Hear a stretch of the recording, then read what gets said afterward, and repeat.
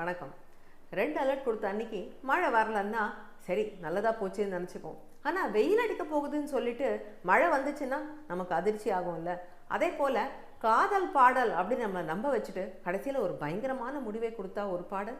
இந்த பாடலை பற்றி தான் பேசுகிறேன். என்ன சத்தம் இந்த நேரம் உயிரின் மொழியா? வாழ்க்கையில் ஒன்று சேர முடியாத காதலர்கள் சாவிலாது இணைவோம் அப்படின்னு தங்களுடைய முடிவை நோக்கி போகும் கடைசி தருணங்களில் ஒலிக்கும் பாடல் இது. கொஞ்சம் எமோஷனலாக இருக்க வேணாமா? ஒரு அலறல், குறைஞ்சபட்சம் ஒரு ஐயோ பாவம், இந்த மாதிரி எந்த எமோஷனும் இல்லாமல் ரொம்ப அமைதியாக ஒரு காதல் பாடல் போல ஒரு தாலாட்டும் பாடலாக ஹிப்னாட்டிக்காக இதை அமைத்தது ஏன்? நம்மளை ஏமாற்றவா இல்லை இதற்கு வேறு எதுவும் காரணங்கள் இருக்கிறதா? இதற்கான பதிலை இந்த பதிவில் பார்க்கலாம். வெல்கம் டு ஒரு நாள் போதுமா. இசையுடன் கலந்து இன்ப நினைவலைகளில் இந்த தமிழ் நாஸ்டால்ஜியா சேனலுக்கு சப்ஸ்கிரைப் பண்ணுங்க, பெல் பட்டனை அழுத்துங்க. 1986 வருடம் வந்த படம் புன்னகை மன்னன். கே பாலச்சந்தர் அவர்கள் இயக்க, கமலஹாசன், ரேவதி, ரேகா, ஸ்ரீவித்யா பலரும் நடிச்சிருந்தாங்க. ராஜா சார் அவர்களுடைய இசையில் எல்லா பாடல்களுமே இதில் பரம ஹிட் அடித்த பாடல்கள் தான். இந்த படம் ஓப்பன் ஆகிறதே இந்த என்ன சத்தம் இந்த நேரம் பாடலில் தான். கமலஹாசன் அண்ட் ரேகா இந்த கேரக்டர்ஸ், இவங்க காதலர்கள். என்ன சத்தம் இந்த நேரம் உயிரின் மொழியா? வீட்டில் எதிர்ப்பு, இதனால் நம்ம வாழ்வை ஒன்றா சேர்த்து முடிச்சுக்கலாம், சாவில் இணைவோம் அப்படின்னு முடிவெடுத்து கடைசி தருணங்களை ஜாலியாக செலவிட்டுட்டு அப்புறம் அருவிலேன்னு குதிச்சிருவாங்க. இந்த பாடலை ஆரம்பிக்கும் போது இவங்க குதிக்க போகிறாங்கன்னு நமக்கு தெரியாது. காதலர்கள் ஜாலியாக சுற்றுறாங்க அப்படிங்கிற மாதிரி தான் இந்த பாடல் ஆரம்பிக்கும். ராஜா சாரோட இசையில் நிறைய பாடல்களில் ஓப்பனிங்கில் ஒரு ப்ரெல்யூட் மியூசிக் வரும், அதுக்கப்புறம் தான் பாடல் ஆரம்பிக்கும். பட் இந்த பாடலில் அந்த மாதிரி எந்த பீடிகையும் இல்லாமல் எடுத்த உடனே எஸ்பிபி அவர்கள் குரலில் இந்த பாடல் தொடங்கிவிடும். என்ன சத்தம் இந்த நேரம் குயிலின் மொழியா? என்ன சத்தம் இந்த நேரம் நதியின் அலையா அப்படின்னு கேள்வியை கேட்டுட்டு அதுக்கு அவரே பதிலும் பாடிடுவார். கிளிகள் முத்தம் தருதா அதனால் சத்தம் வருதா அப்படின்னு. இந்த கிளிகள் முத்தம் கொடுத்துட்டு தனிமையில ஏகாந்தமாக இருக்காங்க, அவங்கள எதுக்கு டிஸ்டர்ப் பண்ணணும் அப்படின்னு நினச்சோமோ இந்த பாடலை கிசுகிசுப்பான தொனியில் தான் முழுக்கவே பாடியிருப்பார் எஸ்பிபி அவர்கள். ரொம்ப ஒரு சாஃப்டான வாய்ஸில் அழகாக ரொம்ப இதமாக பாடியிருப்பார். இந்த பாடல் அமைந்த ராகம் சிந்து பைரவி. இந்த சிந்து பைரவி ராகம் 2 எக்ஸ்ட்ரீம் எமோஷன்ஸ் சொல்லக்கூடிய ராகம். இந்த ராகத்தில் அமைந்த பாடல்களை பற்றி நம்ம ஏற்கனவே சில வீடியோக்களில் பார்த்துருக்கோம். இந்த பாடல்லையுமே ராஜா சார் அதை ரொம்ப அழகாக ஹேண்டில் பண்ணியிருப்பார். இந்த இரட்டை தன்மையை இந்த பாடலை நீங்கள் உணரலாம். இது காதல் பாடல் அப்படின்னு நினச்சி கேட்டிங்கன்னா ரொம்ப சாஃப்டாக, மென்மையாக, ரொம்ப ஜென்டிலான ஒரு லவ் சாங்காக இது உங்களுக்கு கேட்கும். ஆனால் இதே பாடலை இது ஒரு ட்ராஜிக் லவ் ஸ்டோரியை பற்றி சொல்லும் பாடல் அப்படின்னு நினச்சி கேட்டிங்கன்னா அதில் இழையோடும் சோகத்தையும் நீங்கள் பார்க்கலாம். குறிப்பாக ஃபர்ஸ்ட் இன்டர்லூடில் வர இந்த ஃப்ளூட்டை கேட்பாங்க.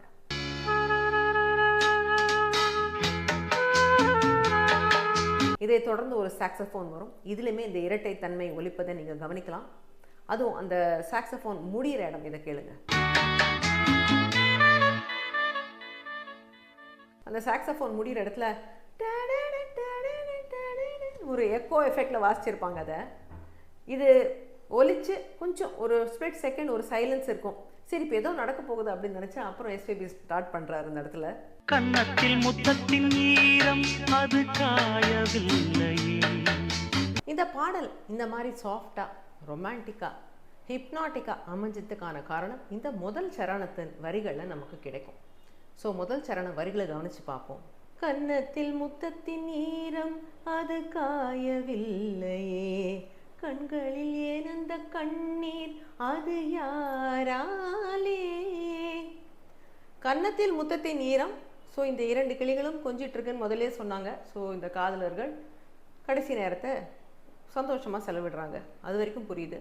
கண்களில் ஏன் இந்த கண்ணீர் அது யாராலேன்னு அந்த பெண்ணை பார்த்து தான் பாடுகிறார் கவிஞர் வைரமுத்து அவர்கள். அந்த பெண் மனசில், உள் மனசில் இருக்கிற என்னதான் இருந்தாலும் முடிவெடுத்துட்டாலும் அது ஒரு சோகம் தானே, அது அவளை அறியாமல் கண்ணில் நீராக வழியுது, அதை கவனித்து பாடுறார்.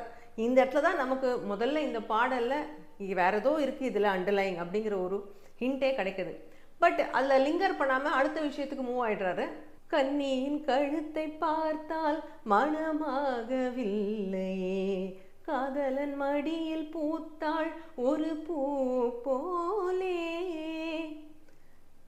திருமணமாகாத பெண் ஆனால் காதலனுடன் உறவில் இணைகிறாள் அப்படின்னு இந்த இடத்துல ரெக்கார்ட் பண்ணுறாரு. பட் இது ஒரு அப்சர்வேஷனாக தான் இருக்குது. இந்த பாடலுக்கு ஒரு கான்ட்ராஸ்டாக இன்னொரு பாடலை பார்ப்போம். இதே போல் சுச்சுவேஷன், இதே காடு, இதே தனிமை, இதே அருவி, இதே இளையராஜா, இதே எஸ்பிபி. ஆனால் வரிகள் கொடுத்தது கண்ணதாசன் அவர்கள். என்ன பாட்டுன்னு தெரியுதா? பகலில் ஒரு இரவு படத்தில் வந்த இளமை எனும் பூங்காட்டம். அந்த பாடலும் இதே சுச்சுவேஷன் தான். தனிமையான ஒரு காட்டில் ஒரு இளைஞன், ஒரு கன்னிப்பெண், 2 பேரும் உறவில் கலக்கிறார்கள். ஆனால் கண்ணதாசனுடைய துணி அந்த பாடலில் எப்படி இருக்கு தெரியுமா? அங்கம் முழுதும் பொங்கும் இளமை இதம் பதமாய் தோன்ற அள்ளி அணைத்த கைகள் கேட்க நினைத்தாள் மறந்தாள் கேள்வி எழும் முன் விழுந்தாள் எந்த உடலோ என்ன உறவோ. இந்த பாடல்லையும் அதே சுச்சுவேஷன் தான். ஆணிடம் அந்த பெண் தன்னை இழந்தாள். ஆனால் இதில் எவ்வளோ ஜட்ஜ்மெண்டல் தோனியில் கண்ணதாசன் அவர்கள் வரிகள் கொடுத்துருக்காரு பாருங்க. கேட்க நினைத்தாள் மறந்தாள், கேட்க வேண்டிய கேள்வியை கேட்கவே இல்லாம தன்னை இழந்தாள், என்ன உடலோ என்ன உறவோ என்னமோ போ அப்படிங்கிற மாதிரி ஒரு விரக்தியாகவே இந்த பாடல் வரிகள் இருக்குது. இதே விஷயத்தை தானே அந்த பாட்டிலையும் நம்ம பார்க்குறோம். ஆனால் அதை வந்து ரொம்ப அன்பாக அந்த இடத்துல ஐயோ பாவம் அப்படிங்கிற மாதிரி எழுதியிருக்காங்களே, அது ஏன்? இது ஏன்னா கான்டெக்ஸ்ட் வேறு. காட்சி ஒன்றா இருந்தாலும் கான்டெக்ஸ்ட் வேறு. என்ன சத்தம் இந்த நேரம் பாடலில் அவங்க காதலர்கள் முடிவை நோக்கி போகிறாங்க, அதனால் இணையிறாங்க. அதனால் அந்த இடத்துல வருது அவங்க மேலே பரிதாபம், பாசம் வருது, ஐயோ பாவம்ன்ற ஒரு ஃபீலிங் வருது. வேற இளமை எனும் பூங்காற்று பாடலில் அவங்க 2 பேரும் ஸ்ட்ரேஞ்சர்ஸ், காமத்தால் ஒன்று சேர்றாங்க. அதனால் இது வந்து விபரீத முடிவுக்கு தான் கொண்டு வந்து சேர்க்கும் அப்படின்னு ஒரு பதைப்பதைப்பு, ஒரு எச்சரிக்கை, ஒரு விரக்தி, என்னமோ போ அப்படிங்கிற ஒரு துணியில் இந்த பாடலை கண்ணதாசன் அவர்கள் எழுதியிருக்கார். 2 பாட்டிலுமே கவிஞர்கள் 3rd பார்ட்டி பெர்ஸ்பெக்டிவ்ல தான் பாடுறாங்க. என்ன சத்தம் இந்த நேரம்ல யார் இவர்கள் இளம் பூங்குயில்கள்ங்கிறார். ஸோ யார் இவர்னு ஒரு 3வது மனுஷன் அந்த காதலர்களை பார்த்து அப்சர்வ் பண்ணி பாடுற மாதிரி தான் இருக்குது. அதே போல தான் இளமை எனும் பூங்காட்டிலையும் என்ன உறவோ என்ன சுகமோ அப்படின்னு ஒரு 3rd பார்ட்டி பெர்ஸ்பெக்டிவ். ஆனால் அவங்க சொல்கிற கருத்து வித்தியாசம். இந்த கான்டெக்ஸ்ட் வித்தியாசப்படுறதுனால தான் இந்த பாடல்களோட இசையும் வித்தியாசப்படுது. இப்போது இளமை என்னும் பூங்காற்றில் பார்த்தீங்கன்னா ஒரு எச்சரிக்கை துணியில் தான் அவர் கவிஞர் பாடவே பாடுகிறார். அதனால இசையும் அதில் வேறுபட்டு இருக்குது. அது நீங்கள் பார்த்தீங்கன்னா ஹை பிச்சில் பாடுவார் எஸ்பிபி அவர்கள், அதுவும் சாஃப்டாக தான் பாடியிருப்பார் அந்த பாடலும். ஆனாலும் அவருடைய குரலில் இருக்க பாவனைகள் வித்தியாசமாக இருக்கும். என்ன உறவோ என்ன விதியோங்கிற போது ஒரு ஐயோ இது எங்கே கொண்டு போய் விட போகுதோ அப்படிங்கிற ஒரு துணி இருக்கும். அண்ட் ராஜா சாருடைய ஆர்கெஸ்ட்ரேஷன் நீங்கள் பார்த்தீங்கன்னா இன்டர்லூட்லலாம் வந்து ஸ்ட்ரிங்ஸ் ஹெவியாக கொடுத்து கோரஸோட சேர்த்து ஒரு ஓலமாகவே இருக்கும் அந்த பாடல்.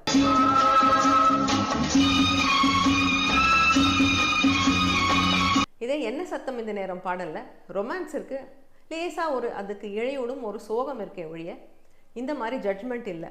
இன்ஃபேக்ட் வைரமுத்து அவர்களுடைய வரிகள்லேயே இந்த பாடல் இப்படி அமைந்ததுக்கான காரணம் இருக்குது.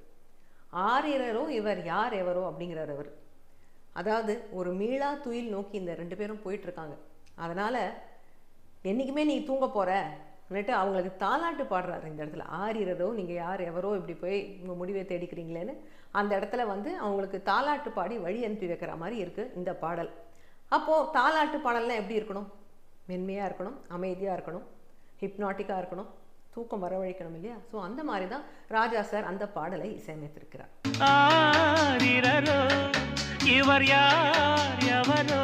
செகண்ட் இன்டர்லூட்லையுமே ராஜா சார் இந்த பாடல் இருக்கிற அந்த ஐரனியை கேப்சர் பண்ணியிருப்பார்.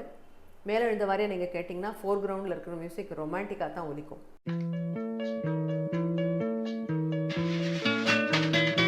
ஆனால் இதில் இருக்கிற பேஸ் கிட்டார் நீங்கள் கவனிச்சிங்கன்னா அதில் ஒரு டார்க் மூடு இருக்கும். ஏன்னா இவங்களுடைய முடிவு எதை நோக்கி போகிறது அப்படின்னு அச்சுறுத்தும் விதமாக அந்த பேஸ் கிட்டார் இருக்கும். 2வது சரணத்துலையுமே இந்த காதலர்களுடைய மனநிலையை வைரமுத்து அவர்கள் கேப்சர் செய்கிறார். இப்போ அவங்களுக்கு பேசிக்கிறதுக்கு கூட ஒன்றுமே இல்லை. பார்வையாலும் உடலாலையும் அவங்களுடைய அன்பை மாத்திரம்தான் அவங்க பரிமாறிக்கிறாங்க. உதட்டில் துடிக்கும் வார்த்தை அது உலர்ந்து போனதோ, உள்ளங்கள் துடிக்கும் ஓசை இசையாகாதோ.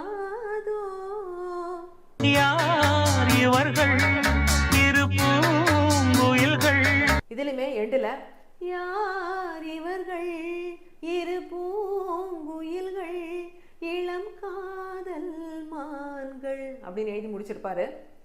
இந்த இளமை, இந்த காதல் இதெல்லாம் முடிவுக்கு வரப்போகுது அப்படின்னு ஒரு பரிதாப உணர்ச்சியோட தான் இந்த இடத்துல அவர் வார்த்தைகளை கொடுத்துருக்காரு. இந்த இடத்துல நீங்கள் இன்னொரு கேள்வி கேட்கலாம். ஒழுக்கம் தவறினாலே ஐயோயோன்னு ஒரு எச்சரிக்கை கொடுக்குற பாடலாசிரியர் உயிரையே விட போகிறாங்களே, அதுக்கு ஏன் எச்சரிக்கை கொடுக்கல அப்படின்னு. எனக்கும் இதே கேள்வி தான் வந்தது.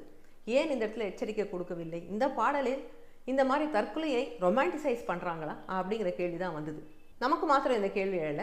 டாக்டர் லக்ஷ்மி விஜயகுமார்னு சென்னையை சேர்ந்த மனநல மருத்துவர், அவர் தற்கொலை தடுப்பு மையம் ஸ்னேகா அமைப்பின் தலைவி.